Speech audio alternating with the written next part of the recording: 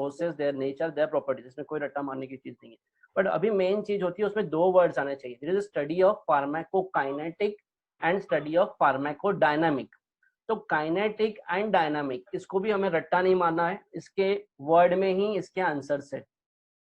तो pharmacokinetic and pharmacodynamic, ये दो वर्ड है वेयर सारा फार्माकोलॉजी इसके अंदर है। तो फर्स्ट हम लोग जाएंगे, देखेंगे what is pharmacokinetic.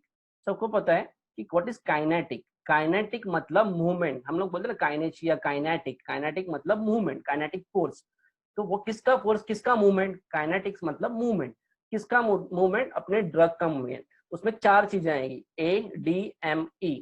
A means absorption, अगर आपने कोई दवाई ली, आप सपोज पैरासीटामोल की टैबलेट खाई, पैरासीटामोल की टैबलेट सबसे पहले क्या होगी, वो एब्जॉर्ब होगी। ओके, तो फार्माकोकाइनेटिक्स में पहला है absorption, that is absorption of the medicine from there site of administration to produce response. Site of administration कोई भी हो सकता है, ओरल रूट हो सकता है, बक्कल पैच हो सकता है, कुछ भी। तो ए मीन्स एब्जॉर्प्शन। एब्जॉर्प्शन के बाद क्या होगा, कोई भी हम लोग ड्रग लेते हैं, मेडिसिन लेते हैं, एब्जॉर्प्शन के बाद वो सारे बॉडी में डिस्ट्रीब्यूट होगी, means orally, then it goes to distribute to our whole body, आपके सेल्स के अंदर जाएगा, इंटरस्टिशियल फ्लूइड के अंदर जाएगा, that is distribute. Absorption, absorption के बाद वो दवाई डिस्ट्रीब्यूट होगी सारे बॉडी में, distribute throughout the body after absorption. दो स्टेजेस हो गए मेडिसिन की। तीसरी स्टेज है जो आपने दवाई खाई है, suppose paracetamol, that is metabolism. Metabolism को समझना बहुत जरूरी है, मेटाबॉलिज्म बहुत वास्ट है, हम लोग इसके नेक्स्ट लेक्चर में मेटाबॉलिज्म पूरा समझेंगे। व्हाट इज मेटाबॉलिज्म, मेटाबॉलिज्म मतलब break down complex molecule to the small molecule. Suppose आपने कोई चीज खाई है, उसका कॉम्प्लेक्स है, उसको मेटाबोलाइज करना है। फॉर एग्जाम्पल मेटाबॉलिज्म, सबसे ज्यादा मेटाबॉलिज्म कहाँ होता है, लीवर में। आपने कोई दवाई खाई और वो आपके लीवर में गई and it produce, it convert into its, एक तो दवाई एक्टिव से इनएक्टिव होगी, इनएक्टिव से एक्टिव होगी, एक्टिव से एक्टिव उसका मॉलिक्यूल बनेगा। तो ये सारी मेटाबॉलिज्म की स्टेजेस है, हम लोग बाद में पढ़ेंगे नेक्स्ट लेक्चर में। बट थर्ड फेज है, दवाई क्या होगी, डिस्ट्रीब्यूट होने के बाद मेटाबोलाइज होगी लीवर में, मेटाबोलाइज हो गई, फिर दवाई मेटाबोलाइज होगी, वो एक्टिव से इनएक्टिव होगी। For example we take example, active से इनएक्टिव हो गई, अभी उसको निकालना है, तो दैट इज ई। ई मतलब उसका elimination. Unwanted toxic substance get excreted via urine, stool, sperm and gas. फिर उसको एक्सक्रीट करना है, मीन्स वो एक तो यूरिन से, स्टूल से, स्पर्म से, गैस से आपके बॉडी से एक्सक्रीट होगी, एक्सक्रीट हो गई, निकल गई। This is pharmacokinetics. इसी को आपको लिखना है एग्जाम में, अपने को अगर पता है तो वी कैन राइट, हमने मटेरिया मेडिका लिखा है एग्जाम में, तो वी कैन राइट एनीथिंग। अगर अपने को बेसिक पता है, फार्माकोकाइनेटिक्स ADME याद रखना है, absorption, distribution, metabolism and excretion. ये हो गया फार्माकोकाइनेटिक। फार्माकोकाइनेटिक्स में हम दवाई के बारे में ये सारी चीजें पढ़ते। इसमें क्या हुआ अभी, what does body do to the drug, ठीक है, मतलब बॉडी ने ड्रग के साथ क्या किया। फार्माकोकाइनेटिक का मतलब क्या हो, ये सारा बॉडी ने किया। What does body do to the drug, body ने ड्रग के साथ ये किया, बॉडी ने क्या किया, एब्जॉर्ब किया, बॉडी ने डिस्ट्रीब्यूट किया, बॉडी ने मेटाबोलाइज किया, बॉडी ने उसको ड्रग को एक्सक्रीट किया। This is pharmacokinetic. Now we come to the pharmacodynamic.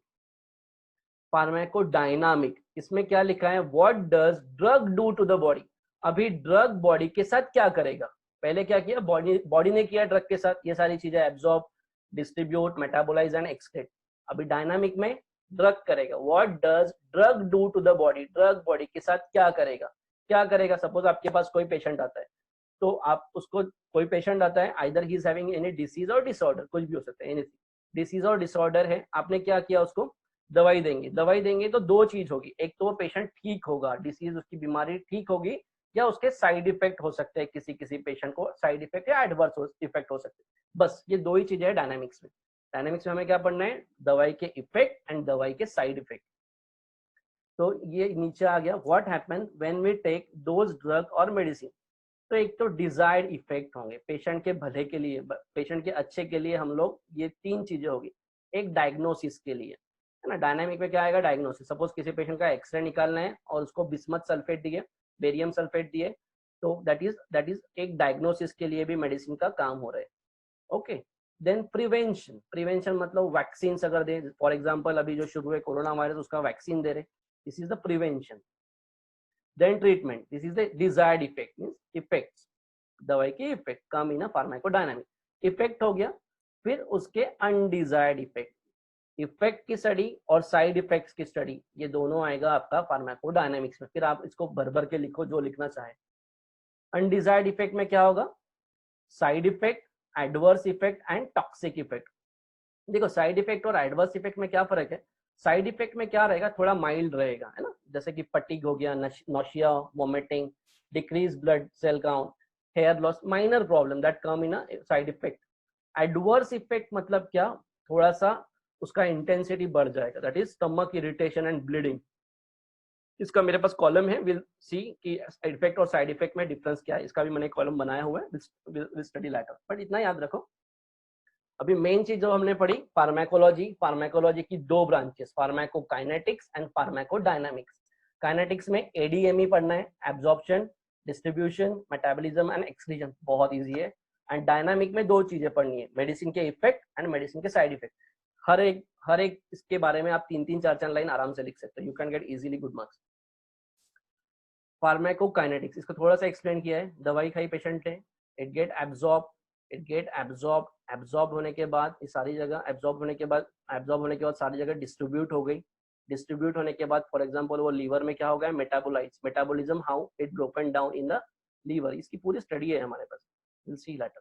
And then excretion, ये सारी चीजें आ गई आपकी फार्माकोकाइनेटिक्स में। This is absorption, drug absorption from the site of administration permit the entry of therapeutic agent into the plasma. वो दवाई खाई आपने, एब्जॉर्ब हो गई, आपके ब्लड में प्लाज्मा में आ गई।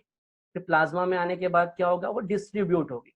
तो डिस्ट्रीब्यूट कहाँ होगी, ड्रग में then reversibly leave the blood stream, blood से निकलेगी, ब्लड से निकल के कहाँ जाएगी, आपके interstitial and intracellular fluid.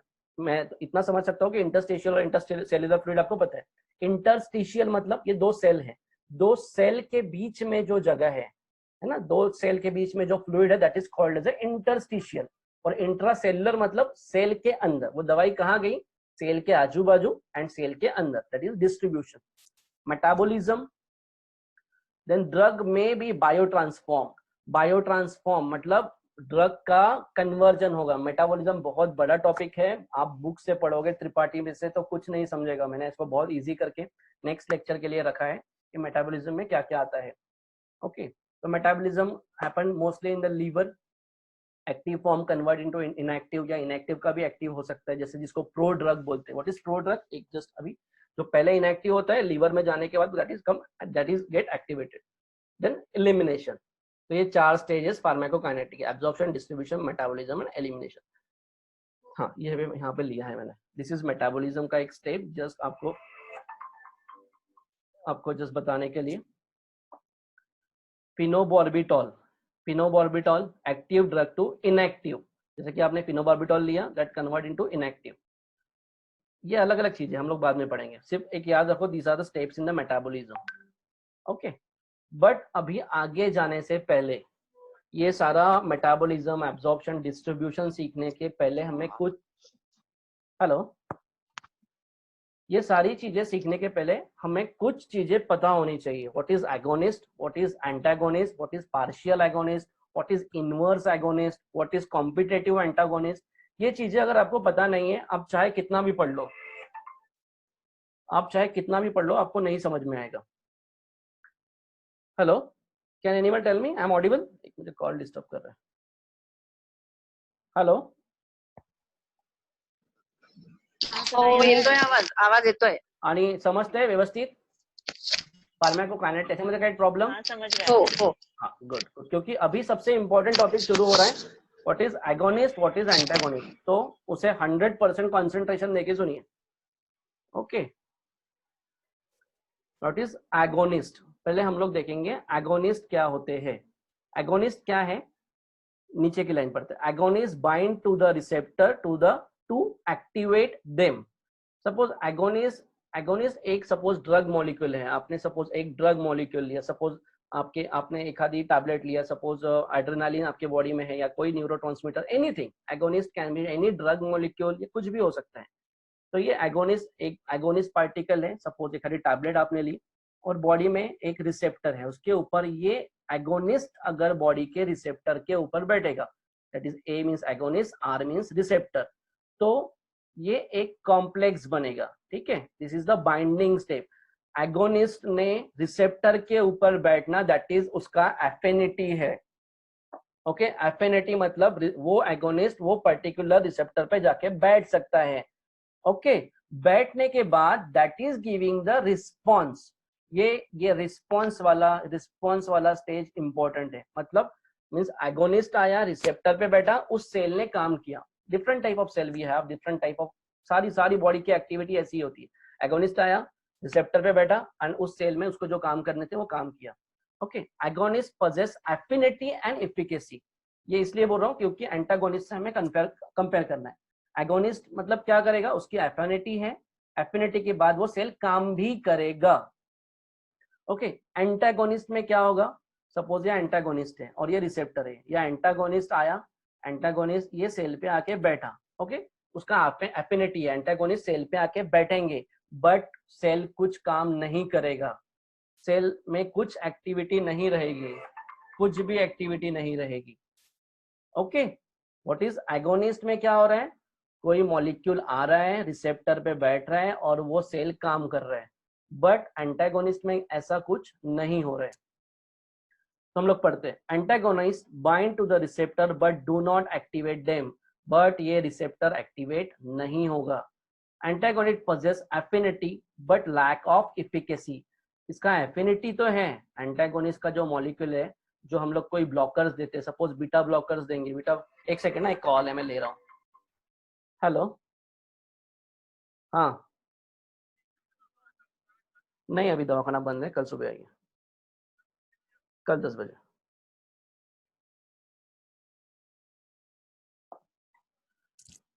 Okay. So what is antagonist, antagonist में क्या हो रहा है, रिसेप्टर पे, सपोज बीटा ब्लॉकर है ना, बीटा ब्लॉकर बीटा रिसेप्टर को ब्लॉक करना है, मींस क्या करेंगे ये ब्लॉकर्स, वो रिसेप्टर पे जाके बैठ जाएंगे। अभी ब्लॉक करेंगे, खुद कुछ काम नहीं करेंगे ना, सेल को कुछ काम करने देंगे, ये क्या करेंगे, इसने सिर्फ ब्लॉक कर दिया। अभी इसने ब्लॉक कर दिया तो क्या होगा, जो एगोनिस्ट आने वाला है वो एगोनिस्ट बैठ नहीं पाएगा, क्योंकि उसने ऑलरेडी रिसेप्टर की जगह ब्लॉक कर ली है, सो वो सेल में कुछ एक्टिविटी नहीं होगी। Antagonist block receptor activation bye agonist, ये लाइन सबसे ज्यादा इंपॉर्टेंट है, सबसे ज्यादा। मुझे शायद से किसी ने पूछा भी था, सर एगोनिस्ट और एंटागोनिस्ट में क्या डिफरेंस है, this is the difference. Antagonist block receptor, antagonist का काम क्या है, रिसेप्टर को ब्लॉक करना, एंड एक्टिवेशन बाय एगोनिस्ट, और वो एगोनिस्ट को उसके ऊपर आने नहीं देंगे। एंटागोनिस्ट ब्लॉक करेंगे और फिर उसके बाद उसके ऊपर एगोनिस्ट नहीं बैठ सकेगा। Is that clear? देखो इसमें इजी करके बताया। और suppose this is the receptor site, ये रिसेप्टर साइट है, इसके ऊपर नॉर्मली कुछ बिफोर ड्रग कुछ दवाई नहीं दी पेशेंट का, नॉर्मल पेशेंट है, सब कुछ अच्छा शुरू है, रिसेप्टर है, रिसेप्टर पे नेचुरल सब्सटेंस दवाई आके बैठी, उसकी प्रोसेस अच्छे से शुरू है। फिर क्या किए, उसका एक्शन बढ़ाना है अपने को, है ना, एगोनिस्ट ड्रग दिए, कुछ सपोज पेशेंट का इंक्रीज करना है, उसको स्टिम्युलेट करना है, कुछ डोपामिन देना है, पेशेंट का बीपी कम है, डोपामिनर्जिक हमने डोपामिन की ड्रिप लगा दी, बीपी बढ़ा दिया पेशेंट का, तो ये डोपामिन क्या करेगा, डोपामिन ये रिसेप्टर पे आएगा, डोपामिनर्जिक रिसेप्टर पे उसको स्टिम्युलेट करेगा और वो बीपी बढ़ाने में मदद करेगा। This is agonist. अभी एंटागोनिस्ट क्या करेगा, सपोज पेशेंट का बीपी इस केस में बहुत ज्यादा ऑलरेडी है ना, पेशेंट का बीपी ऑलरेडी, तो हम लोग पेशेंट को बीटा ब्लॉकर दे दिए, तो ये बीटा ब्लॉकर एंटागोनिस्ट क्या करेगा, ये रिसेप्टर पे जाके बैठ जाएगा, बैठ गया। तो अभी नॉर्मली जो उसके एगोनिस्ट थे वो इसके ऊपर नहीं बैठ पाएंगे, क्योंकि एंटागोनिस्ट ने ऑलरेडी जगह ऑक्यूपाई कर ली है, तो यहाँ पे कुछ भी एक्शन नहीं दिख रही, ब्लॉक सेल्यूलर एक्टिविटी, वो सेल कुछ भी काम नहीं कर रहा है अभी, है ना। These are the difference between agonist and antagonist. I hope this clear. अगर किसी को नहीं समझा है तो मुझे पर्सनली व्हाट्सएप पे मैसेज करो। दिस इज अगेन, मैंने एक डायग्रामेटिक रिप्रेजेंटेशन इसका बनाया है। एगोनिस्ट, एगोनिस्ट अगर उसके रिसेप्टर पे बैठता है तो सेल एक्टिवेट होंगे, फुल एक्टिवेट होंगे। एंटागोनिस्ट अगर, एक सेकेंड ना, हाँ प्रकाश, हाँ तो खाली रिंग वालों ठेवून देना, मेडिसिन ठेवून। एंटागोनिस्ट अगर रिसेप्टर पे बैठते हैं तो वो ब्लॉक कर देंगे और एगोनिस्ट को नहीं बैठने देंगे। ओके, अभी इसके टाइप से अभी यहाँ पे खत्म नहीं हुआ एगोनिस्ट और एंटागोनिस्ट, अभी एगोनिस्ट के टाइप है और एंटागोनिस्ट के टाइप है, और ये समझना बहुत जरूरी है, नहीं तो आप सिस्टमिक फार्माकोलॉजी नहीं समझ पाएंगे, आप ना कार्डियक ड्रग पढ़ पाएंगे, ना आप एएनएस ना सीएनएस पढ़ पाएंगे अगर आपको ये नहीं पता तो। ठीक है, अभी हम लोग सबसे पहले लेंगे receptor can be activated either bye endogenous और एक्सोजेनस। एंडोजेनस मींस बॉडी के अंदर के सिक्रीशन, एक्सोजेनस मींस हम लोग कुछ ले रहे हैं। There are 3 types of agonist, 3 type, पहला full agonist, partial agonist and inverse agonist. अभी एगोनिस्ट हमें पता चल गया, एगोनिस्ट का मतलब क्या है, सेल को स्टिम्युलेट करने वाले, रिसेप्टर पे बैठ के सेल को स्टिम्युलेट करने वाले चीजों को हम लोग बोलेंगे एगोनिस्ट। अभी फुल एगोनिस्ट क्या होता है, देखो इसमें 3 चीजें, full agonist, partial agonist and inverse agonist. तो फुल एगोनिस्ट मतलब क्या हो गया, सपोज आपके पास मैं एक एग्जांपल देता हूँ, बाइक है ना, एक अच्छा खासा डुकाटी का बाइक है, उसने आपने अच्छा पेट्रोल, उसने आपने अच्छा वाला पेट्रोल डाला है ना, दैट इज एकदम जो आता है पेट्रोल डाला, उसको चला रहे, तो वो गाड़ी आपका 50 का एवरेज दे देगी। गाड़ी है वही इंजन है, अच्छा पेट्रोल डालते 50 का एवरेज दे रही है, गुड। बट उसकी जगह पे आपने केरोसिन डाल दिया, गाड़ी चलेगी है ना, गाड़ी चलेगी पर 20 का एवरेज देगी, चलेगी बट 20 का, तो चलेगी 20 का एवरेज देगी, that is the partially mean cell पे तो बैठेंगे, पार्शियल क्या करेंगे, सेल पे तो बैठेंगे बट उतना एफिकेसी से काम नहीं करेंगे। इनवर्स मैं आपको बाद में बताता हूँ। What is full, the ligand that increase the activity of the receptor and produce the maximum response। देखो अभी ये लाइगेंड वर्ड ही ऐसा लगता है कि इतना कॉम्प्लिकेटेड है, ये क्या है ligand, what is the ligand, कुछ नहीं है, सिर्फ फार्माकोलॉजी ना समझने के लिए बहुत इजी है, लिखा बड़ा कॉम्प्लिकेटेड तरीके से है, बहुत ही कॉम्प्लिकेटेड तरीके से बच्चों को डराने के लिए। लाइगेंड मतलब कुछ नहीं होता, सादा मॉलिक्यूल, दवाई या फिर कोई भी तुम्हारे बॉडी के सिक्रेशंस, इन चीजों को बोलते हैं लाइगेंड। इसका डेफिनेशन लाइगेंड का मैंने नीचे दिया हुआ है। लाइगेंड्स मतलब कोई भी drug molecule that increase the activity of receptor and produce maximum response. जैसे कि ये रिसेप्टर है, रिसेप्टर के ऊपर दवाई बैठी और सेल ने अच्छे से फुल 100% काम किया, उसको बोलेंगे फुल एगोनिस्ट। पार्शियल एगोनिस्ट मतलब क्या हो गया, जो अभी मैंने एग्जांपल बताया, this ligand partially increase the activity of the receptor, partially, but do not produce maximum response like full agonist even when present in a excess amount। मतलब जैसे कि आप उस गाड़ी में 100 लीटर भी केरोसिन डाल दो, वो गाड़ी आपको 50 का एवरेज नहीं देगी, कितना भी आप केरोसिन डालो, मतलब गाड़ी चलेगी बट उतना मैक्सिमम आपको रिस्पॉन्स नहीं देगी, that is the partial agonist. Third ये पार्शियल एगोनिस्ट का मैंने फिर से एक्सप्लेन यहाँ पे दिया हुआ है, सेम चीज है। ये देखो रिसेप्टर, ये ऊपर वाला सब नीचे का रिसेप्टर है, ऊपर का आपका मॉलिक्यूल है, पूरी तरीके से फिट नहीं हो, that is the partial agonist. अभी यहाँ पे चीज आती है इनवर्स एगोनिस्ट, इसको समझना बहुत जरूरी है, इजी है, लिखा कॉम्प्लिकेटेड तरीके से। व्हाट इज इनवर्स, मतलब उल्टा, क्या होगा, the ligands or drug molecule which decrease the activity of active receptor to their inactive state। देखो इसको समझना है ना, इसको कैसे करेंगे, ये ऐसा मॉलिक्यूल है, for example flumazenil drugs act as a inverse agonist for the GABA receptor and produce angiogenic effect. Suppose flumazenil, ये मैं आपको अलग तरीके से समझाता हूँ। फ्लुमेंजानिल दिस इज द, ये मेडिसिन है जो बेंजोडाइजापाइन, अगर पॉइजनिंग है, किसी ने डाइजापैम की टैबलेट ले ली बहुत सारी, उसका एंटीडोट है फ्लुमेंजानिल। तो आप जब डाइजापैम की टैबलेट किसी ने खा ली, कोई पेशेंट है, तो वो पेशेंट सेडेट हो जाएगा, हाइपोक्सिया मींस, एंड उसका दैट इज क्या हो जाएगा, हाइपोक्सिक हो जाएगा, वो एकदम ड्राउजी हो जाएगा, सांस मींस रेस्पिरेटरी सेंटर डिप्रेस हो जाएगा, तो उसका एंटीडोट फ्लुमेंजानिल। फ्लुमेंजानिल क्या करेगा, उसी रिसेप्टर पे बैठेगा, है ना, उसी रिसेप्टर पे बैठेगा बट उसके अगेंस्ट इफेक्ट देगा, अपोजिट इफेक्ट देगा, एंजियोजेनिक इफेक्ट देगा, है ना, पेशेंट को जो ड्राउजी है उसको एक्टिव करेगा, मींस सेम रिसेप्टर पे बैठ के उसको एक्टिवेट करना, मींस इनवर्स एगोनिस्ट। डायजापैम की गोली ने सेम रिसेप्टर पे बैठ के क्या किया, पेशेंट को ड्राउजी कर दिया, पेशेंट को सेडेट कर दिया, बट फ्लुमेंजानिल क्या करेगी, उसका उल्टा करेगी, पेशेंट को ड्राउजीनेस से, सेडेशन से बाहर निकालेगी। बस इतना याद रखो इनवर्स में, ठीक है। ओके देन अभी हो गया एगोनिस्ट, अभी देर आर एंटागोनिस्ट। एंटागोनिस्ट क्या होता है? एंटागोनिस्ट मैंने अभी बताया, ये खुद कुछ काम नहीं करते, ये सिर्फ ब्लॉक करते हैं, ब्लॉक करके एगोनिस्ट को उनके रिसेप्टर पे नहीं बैठने देते। फिर इसके दो टाइप है। सबसे इंपॉर्टेंट हमारे लिए एंटागोनिस्ट ही है, सारी दवाइयां जो है blockers, ACE inhibitor, beta blocker, सारे ब्लॉकर्स है, वो सारे एंटागोनिज्म ही है। अभी इसके दो टाइप, एक कॉम्पिटेटिव, एक नॉन कॉम्पिटेटिव। बहुत इजी है ये, बहुत इजी करके मैंने इसमें लिया भी है आपको एकदम इजी बताने के लिए। What is competitive and non competitive पहले हम लोग देखेंगे। कॉम्पिटेटिव के फिर रिवर्सिबल एंड इरिवर्सिबल, इसके नाम में ही मीनिंग है। सबसे पहले कॉम्पिटेटिव समझते हैं। What is competitive antagonist?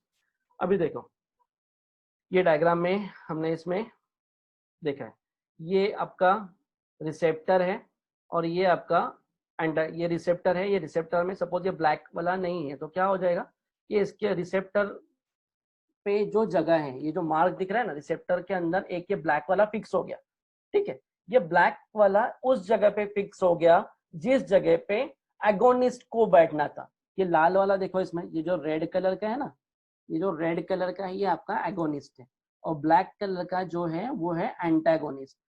जाना किसको था? रेड वाले को जाना था, है ना। नॉर्मली रेड वाले को उसके रिसेप्टर के पास जाना था। तो अभी रेड वाले में और ब्लैक वाले में, मींस एगोनिस्ट में और एगोनिस्ट में और एंटागोनिस्ट में क्या है? कंपटीशन है कि कौन जाएगा। दे आर कॉम्पिटेटिव, एक ही जगह है ना आपके पास, जगह एक ही है। कंपटीशन तभी होगी ना जब एक जगह दो जन काम करने वाले, दो जन आपके रेस में है। तो एंटागोनिस्ट क्या करेगा? आपके एगोनिस्ट के जगह पे जाके बैठ गया। अभी एंटागोनिस्ट के लिए तो जगह, अभी एगोनिस्ट के लिए तो जगह ही नहीं है, तो ये रेड वाला क्या करेगा? ये इसके रिसेप्टर पे फिक्स नहीं हो पाएगा। इन दोनों में कॉम्पिटिशन रहती है, इसीलिए इसका नाम दिया है competitive antagonist. It is damn easy. Okay, फिर इसका नेक्स्ट टाइप, नेक्स्ट अभी कॉम्पिटेटिव। कॉम्पिटेटिव का जहाँ पे जैसे कि ये दो था ना, कॉम्पिटेटिव, और कॉम्पिटेटिव के दो टाइप, रिवर्सिबल एंड इरिवर्सिबल। ये कॉम्पिटेटिव समझ में आया। कॉम्पिटेटिव का टाइप रिवर्सिबल, बड़ा इजी। जो रिवर्सिबल मतलब जो ये निकल सकता है और जिसमें एगोनिस्ट फिर से आ सकता है। इसी में same receptor by forming a weak bond, जो बॉन्ड बना है इन दोनों में, जो बॉन्ड बना है एंटागोनिस्ट में और रिसेप्टर में, जो बॉन्ड बना है वो वीक है। मतलब एंटागोनिस्ट निकल भी सकता है कुछ देर बाद और एगोनिस्ट उसमें लग भी सकता है। ये रिवर्सिबल प्रोसेस है, इसीलिए इसका नाम है reversible antagonist. Next is maximum response is concentration dependent. ये कॉन्सेंट्रेशन डिपेंडेंट है, मतलब अगर आप एगोनिस्ट का कॉन्सेंट्रेशन बढ़ा दिए तो ये एंटागोनिस्ट काम नहीं करेगा। The effect of antagonist can be overcome by increasing the concentration of agonist। ये वाइवा में पूछ सकते हैं, ये वाइवा के लिए बहुत इंपॉर्टेंट क्वेश्चन है, पूछते हैं ये। सपोज वो बोलेंगे आपका रिवर्सिबल कॉम्पिटेटिव एंटागोनिस्ट है और आपने एगोनिस्ट का अगर डोज बढ़ा दिया, सपोज आपने ब्लॉकर्स दे दिए, बीटा ब्लॉकर्स दे दिए, और बाद में सपोज कोई स्टिमुलेटरी अगर आया तो क्या होगा? तो उसमें एंटागोनिज्म का काम धीरे धीरे कम हो जाएगा, सिर्फ इतना ही। वो रिवर्सिबल है, रिवर्सिबल मतलब निकल सकता है और एंटागोनिस्ट फिर से लग सकता है। अभी नेक्स्ट है इरिवर्सिबल। इरिवर्सिबल में क्या है? have affinity for the same receptor side and bind irreversibly, मतलब एंटागोनिस्ट उसमें चिपक गया, अब वो नहीं निकलेगा। Covalent bond, by the covalent bond, strong bond बन गया दोनों में। तो इसमें क्या होगा? Effect can not be overcome by increasing the concentration of agonist. फिर आप कितना भी एगोनिस्ट दो, कितनी भी दवाइयां दो, वो बॉन्ड स्ट्रॉन्ग है ना, तो वो इजीली टूटेगा नहीं। That is irreversible. बस इतना याद रखो, और कुछ याद रखने की जरूरत। 10 मिनट का टाइम है। नॉन कॉम्पिटेटिव मतलब देखो ये समझ लो व्हाट इज नॉन कॉम्पिटेटिव। अगर आपको लगता है तो यू कैन फिर से उसको लिंक को क्लिक करके फिर से ज्वाइन कर सकते हैं। अगर ये डिस्कनेक्ट हो गया 10 मिनट के बाद, 5 मिनट हम लोग फिर से डिस्कस कर लेंगे। Non competitive antagonism. Non competitive मतलब देखो ये भी बहुत आसान है, बुक में बड़ा कॉम्प्लिकेटेड दिया है। देखो ये एगोनिस्ट, अभी इसमें कोई कॉम्पिटिशन नहीं है। ये एगोनिस्ट यहाँ पे है और ये एंटागोनिस्ट यहाँ पे है। देखो एगोनिस्ट यहाँ पे है, एंटागोनिस्ट यहाँ पे। यहाँ पे क्या हो रहा है? ये एगोनिस्ट बराबर अपने रिसेप्टर पे जाने वाला था और यहाँ पे बराबर अपने जगह पे लग के अपना सेल की एक्टिविटी करने वाला था। कौन? ये एगोनिस्ट अपने रिसेप्टर साइड में जाके लग के अपनी एक्टिविटी करने वाला था। बट क्या हो गया? ये नॉन कॉम्पिटेटिव एंटागोनिस्ट ने बहुत स्मार्ट होते, ये क्या करेंगे? उस सेल के दूसरे रिसेप्टर में जाके अपनी जगह बना लेंगे। ये क्या किया एंटागोनिस्ट ने, इसमें नहीं आया, इसके साथ कंपटीशन नहीं की, बट दूसरे जगह पे जाके बैठ गया। जब ये बैठेंगे तब ये क्या करेंगे, इसने इसका शेप चेंज कर देना है। देखो ये एगोनिस्ट, इसका शेप देखो, और नीचे वाले एगोनिस्ट के रिसेप्टर का शेप देखो। तो क्या हो गया, अभी ये एगोनिस्ट बड़े स्मार्ट है, इसने दूसरी जगह तो ले ली बट इसका शेप बिगाड़ दिया। जहां पे नॉर्मली ये एगोनिस्ट फिट होने वाला था, इसके बैठने के कारण नॉर्मल रिसेप्टर का शेप चेंज हो गया। इसने कंपटीशन नहीं की, इसने स्मार्टनेस किया। इसने विदाउट कंपटीशन करके सेल पे जाके बैठ के इसका काम खराब कर दिया। Okay, these are the non competitive. बड़े स्मार्ट है ये antagonist. Non competitive, the agonist bind at the different site. देखो कहाँ बाइंड हुआ, different site other than the orthostatic site. इसका मीनिंग मैं नीचे लिखा है, ऑन द रिसेप्टर। ऑर्थोस्टेटिक मतलब नॉर्मल से दूसरी जगह, दूसरे side. The effect of antagonist can not be overcome by increasing the concentration of agonist. फिर आप कितने भी एगोनिस्ट दे दो, आप इसने क्या किया कि इस रिसेप्टर को ही बिगड़ के रख दिया है ना। गाड़ी का इंजन ही खराब करके खराब करके रख दिया। कितना भी पेट्रोल डालो गाड़ी नहीं चलेगी। क्या किया यहाँ पे, इसने इंजन ही खराब कर दिया, इसके रिसेप्टर का शेप ही बिगड़ा दिया। ओके, यहाँ पे भी आपका कितना भी एगोनिस्ट डालो काम नहीं करेगा। ओके, ये फिर से एक्सप्लेन किया। हाँ, ये मैंने जो अभी ऊपर में बताया, ये एमसीक्यू में पूछते हैं, what is orthosteric site. Orthosteric site means primary site. Orthosteric मतलब primary, this is the primary site. ये है प्राइमरी साइट, यहाँ पे अगर रहते हैं सारे रिसेप्टर तो प्राइमरी। इसके जगह पे दूसरी जगह पे चले गया तो उसको बोलेंगे allosteric agonist. Allosteric bind at the distinct form. Orthosteric मतलब जहां पे एगोनिस्ट बाइंड होने वाला है वहीं पे। एलोस्टेरिक मतलब वहां पे बाइंड ना होते हुए दूसरी जगह पे बाइंड होगा। ये पढ़ लेना, नहीं समझा तो आई विल एक्सप्लेन दैट। देखो यहाँ पे एक डायग्रामेटिक रिप्रेजेंटेशन है। सुपर एगोनिस्ट अगर आपने मॉलिक्यूल दिया, गाड़ी अच्छी चलेगी, 100 का एवरेज देगी। फुल एगोनिस्ट दिया तो 99। पार्शियल एगोनिस्ट मींस केरोसिन डाला तो गाड़ी 50 का एवरेज देगी। पार्शियल इनवर्स एगोनिस्ट थोड़ा कम, और रिवर्स तो उल्टा ही काम करेगी, full reverse agonist. What is this, ligand. जो लाइगेंड, हेलो आवाज आ रहा है प्रॉपर, एनीवन? हाँ आ रहा है, हाँ हाँ आ रहा है Ritesh. Okay, what is ligand. Ligand मतलब, जैसे कि जो लाइगेंड वर्ड बहुत बार आएगा, मैंने जानबूझ के ऊपर नहीं लिया कंफ्यूजन होने के कारण। लाइगेंड मतलब क्या होता है, a molecule that bind to another molecule. इसका डेफिनेशन, एक मॉलिक्यूल जो दूसरे मॉलिक्यूल से बाइंड होगा। Ligand is usually a molecule which produce a signal by binding to the site on a target protein। मतलब रिसेप्टर के ऊपर जो दूसरा मॉलिक्यूल आके बैठने वाला है उसको लाइगेंड बोलते हैं। बस इतना याद रखना, कोई मॉलिक्यूल जो रिसेप्टर पे बैठने वाला है वो molecule is called as a ligand. तो लाइगेंड ये ऊपर था बट मैंने नीचे लिया समझने के लिए। Ligand are classified into agonist and antagonist. जो आप दवाई दे रहे हो वो उसके लाइगेंड बोलेंगे, वो इधर एगोनिस्ट होगी या एंटागोनिस्ट होगी। कौन अभी ज्वाइन हुआ है, अभय जी।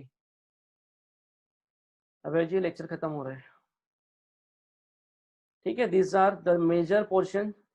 एक 4 मिनट बाकी है, the major portion of the paracetamol, ठीक है। ये कौन, इसका बाद में हमारा है, कल के लेक्चर में हम लोग पढ़ेंगे रिसेप्टर्स, है ना। रिसेप्टर्स भी बहुत कॉम्प्लिकेटेड है बुक में, मैं एकदम इजी करके बताऊंगा। What is ligand gated, what is ji protein coupled, ये सारी चीजें हम लोग परसों के लेक्चर में लेंगे। बट आज के लेक्चर में किसी को कुछ प्रॉब्लम, कुछ बताना है, because I am not a master in pharmacology, मैं खुद पढ़ रहा हूँ, आपको समझाने के लिए इजी करके बता रहा हूँ। तो आप क्या रिव्यूज बोलना चाहते हैं, just let me know. Can we continue this lecture or will stop here?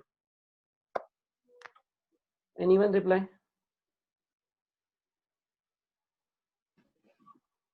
समझ में आ रहा है रितेश, अच्छा है, बहुत इजी करके बता। चलो थैंक यू। इतना तो समझ में आया, बहुत नहीं मैम, कॉम्प्लिकेटेड था ये। बहुत कॉम्प्लिकेटेड है फार्माकोलॉजी में, त्रिपाठी में। हाँ हाँ हाँ सोनाली मैडम, क्योंकि हमें अगर नेक्स्ट अगर एएनएस सीएनएस और कार्डियोलॉजी, एएनएस सीएनएस कार्डियोलॉजी अगर हमें सीखना है तो ये सारी चीजें आना बहुत जरूरी है। वो भी रट्टा नहीं मारनी है, रट्टा मारेंगे तो कुछ नहीं समझेगा। अब अभी अभी काफी अच्छा। Right. ओके